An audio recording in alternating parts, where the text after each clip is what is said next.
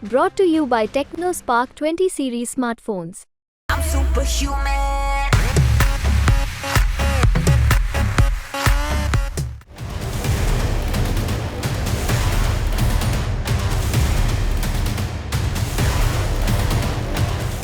Iran के कब्जे में जो इजरायली जहाज है उसमें मौजूद लोग भारतीय हैं। भारतीय क्रू मेंबर्स की वापसी के लिए भारत सरकार लगातार ईरान के साथ संपर्क में है और इस तनाव की घड़ी के बीच ईरान की तरफ से एक बहुत बड़ा अपडेट आया है। ईरान ने पहले ही भारत की बात को स्वीकार कर ली। भारत ये जानना चाहता था कि ईरान के कब्जे में जो जहाज है उस पर मौजूद भारतीय सुरक्षित हैं या नहीं। इसे लेकर विदेश मंत्री डॉक्टर जयशंकर ने खुद ईरान के विदेश मंत्री से फोन पर बात की। उन्होंने इसे लेकर आश्वासन दिया और अब बड़ी जानकारी निकलकर सामने आई है। जानकारी मिल रही है कि जहाज पर मौजूद सभी क्रू मेंबर्स इस समय सुरक्षित है।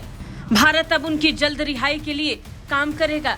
शिपिंग फर्म एमएससी ने कहा कि 13 अप्रैल को ईरान द्वारा जब्त किए गए एमएससी एराइज के 25 चालक दल के सदस्य सुरक्षित हैं। उन्होंने कहा कि उनकी जल्द से जल्द रिहाई सुनिश्चित करने के लिए ईरानी अधिकारियों के साथ चर्चा जारी है। कंपनी ने बयान में कहा कि हम कार्गो को उतारने के लिए ईरानी अधिकारियों के साथ भी काम कर रहे हैं। बता दें, पुर्तगाल के विदेश मंत्रालय ने तेहरान द्वारा इजरायल पर किए गए हमले की निंदा करते हुए पुर्तगाली ध्वज वाले कंटेनर जहाज की तत्काल रिहाई की मांग कर दी है और इसे लेकर ईरान के राजदूत को भी बुलाया था। बता दें, एमएससी ने एराइज को जोडियाक मैरीटाइम की सहयोगी कंपनी गोटाल शिपिंग से पट्टे पर लिया था।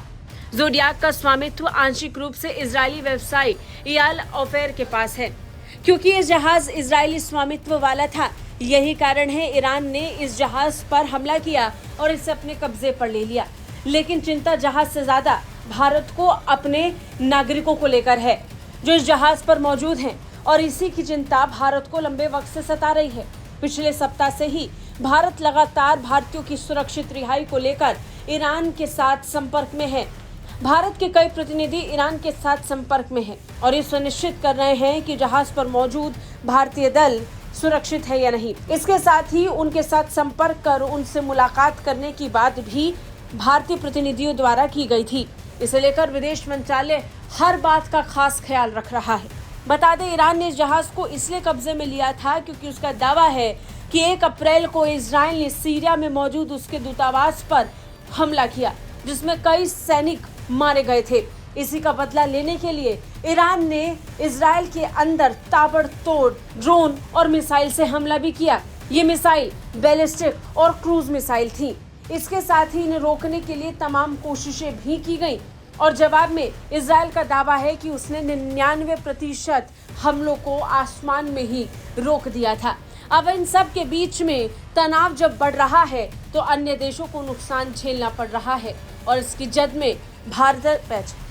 जद में अब भारतीय नागरिक भी आ गए हैं जो उस जहाज पर मौजूद थे। ब्यूरो रिपोर्ट, भारत तक।